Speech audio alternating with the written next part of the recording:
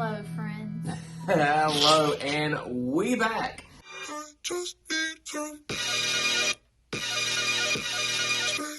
Mark and Amber did an awesome job with their devotion yesterday. They were talking about how to give.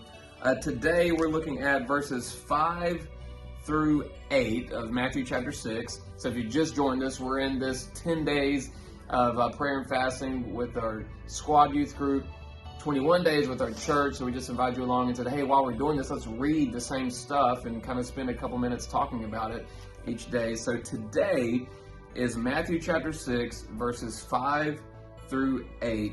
And my caption here in my Bible says how to pray. So Marissa, would you read those verses 5 through 8 for us, please? Sure.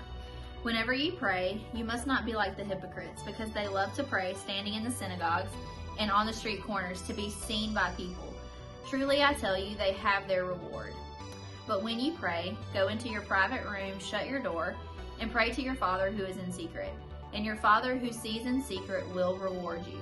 When you pray, don't babble like the Gentiles, since they imagine they'll be heard for their many words. Don't be like them, because your Father knows the things you need before you ask Him.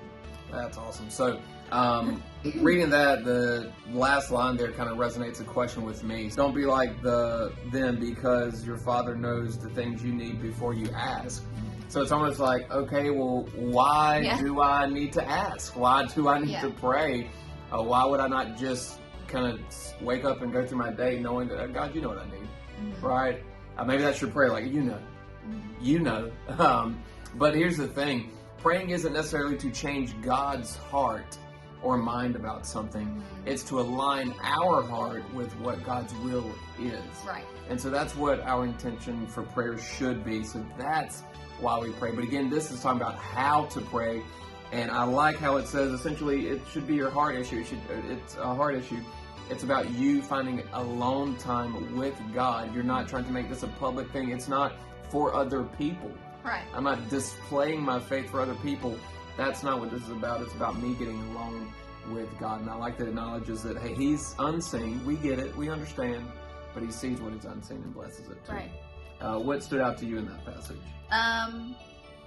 The part where it says, when you pray, don't babble like the Gentiles, since they imagine they'll be heard for their many words.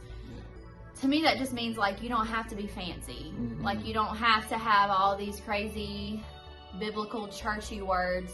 Like, you can just go to God and talk to Him. And I think I've had people tell me before, I just don't know how to pray. Well, I know how to have a conversation with Josh, then I know how to have a conversation with Jesus.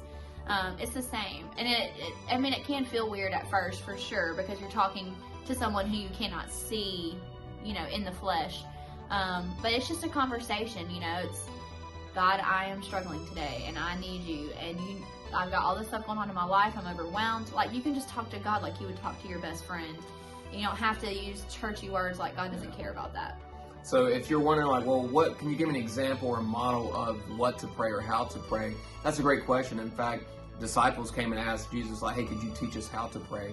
And luckily, that is the next passage right here, beginning with verse 9, and Mark and Amber will pick up right there tomorrow. We hope that you'll read it earlier before that video is released, and then pick up on, like, write your notes down, and then watch along with them. But that will be a great example of how to pray. So we hope you enjoyed this. We love you guys. Have a great rest of your day, and we will see you next time. Bye. I just need some